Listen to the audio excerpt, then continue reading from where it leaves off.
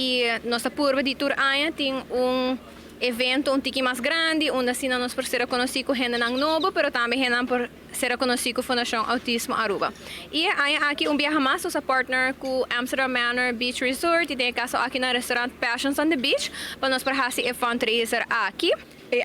aqui nós põe restaurante Passions na disponibilidade, com colaboração também junto com vendors local, para nós por host three-course dinner junto com a fundação.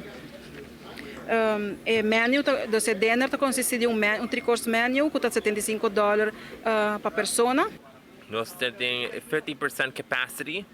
enquanto de evento de fundraising dinner de dia 24 de novembro aqui na Passions on the Beach. A capacidade para que está educar, está sem gente, então quero aclarar isso gente para por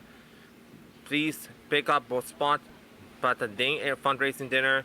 para ser bono para estar cai a for ding recolhimento de fundo para o que está de Fundação Autismo. Tem diferentes projetos que nós estamos com ele durante o ano para conscientizar e criar educação, mas eu penso também que é importante para visa over o projeto que a Fundação Autismo está fazendo para trás de cortina na modo de visa, ficou sem comportar outra gente não está a Fundação Autismo está forma parte de diferentes comissão nacional e workgroup nacional para ser nos projetos na cambio sistemático e projetos na inclusão para muitas e pessoas não autistas, pero não somente autistas, pero também com outro trastorno de desenvolvimento e disabilidade não essa aqui está costando que o viaja minha pessoa forma parte de gele e assim nós está logra trazer o cambio estrutural que nós queremos em nossa comunidade.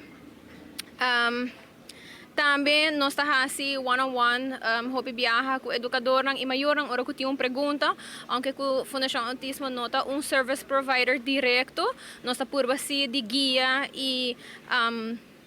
eigenlijk por bisa advisar de um conselho na e profissional na e maior una panancana e caminho necessário para chegar na necessidade ng aqui